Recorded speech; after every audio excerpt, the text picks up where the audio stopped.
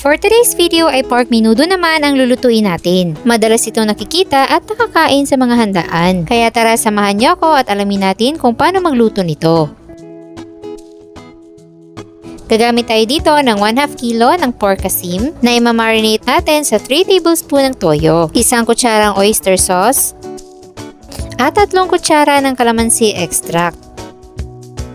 Maglalagay din tayo ng black pepper. Tapos, haluin natin itong mabuti. At i-marinate ito for at least 1 hour para manuot yung lasa sa karne. Ganon din yung gagawin natin sa pork liver, pero 1 kutsarang toyo lang yung gagamitin natin at wala ng oyster sauce. 1 kutsarang calamansi juice at black pepper.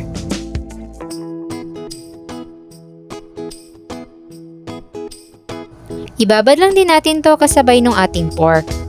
Pagkatapos natin mag-marinate, ipapan-fry naman natin yung carrots at patatas.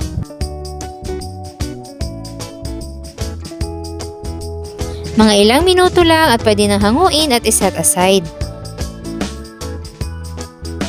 Isunod na natin yung hot dogs. Sandali lang din natin to piprituhin dahil isasama pa to mamaya sa pagluto ng menudo.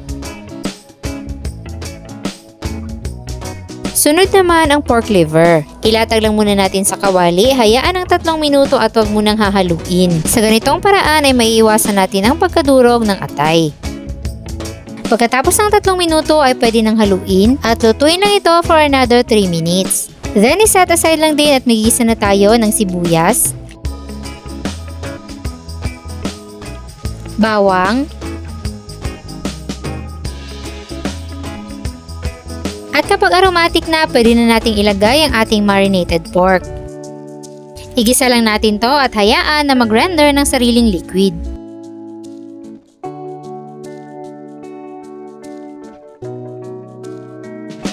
Kapag maiga-iga na yung kanyang sabaw, maglalagay na tayo ng 1 kutsara ng tomato paste. Then igisa lang nating mabuti.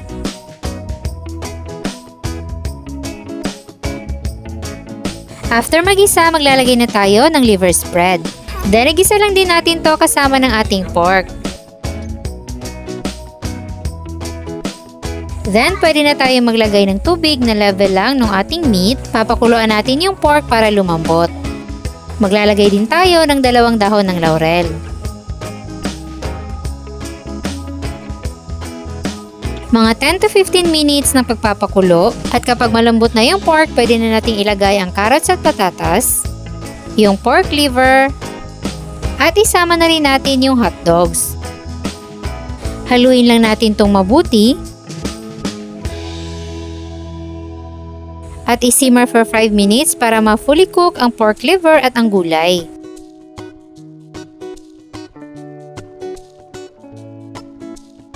At kapag luto na yung atay, ay pwede na tayo mag-adjust ng timpla. Maglalagay lang ako ng all-in-one seasoning at ilalagay na rin natin yung green at red bell peppers.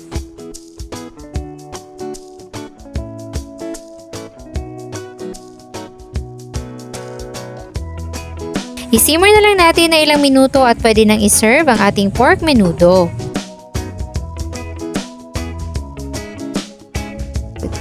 Kaya paborito ito sa mga handaan dahil bukod sa mukhang espesyal ay masarap din talaga.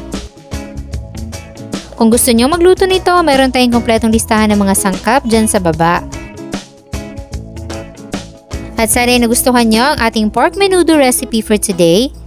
Enjoy!